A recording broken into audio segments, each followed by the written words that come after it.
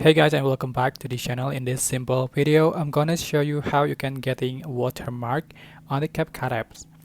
So what I mean here is how to display the default watermark. You can find the CapCut watermark when you are in the editing position.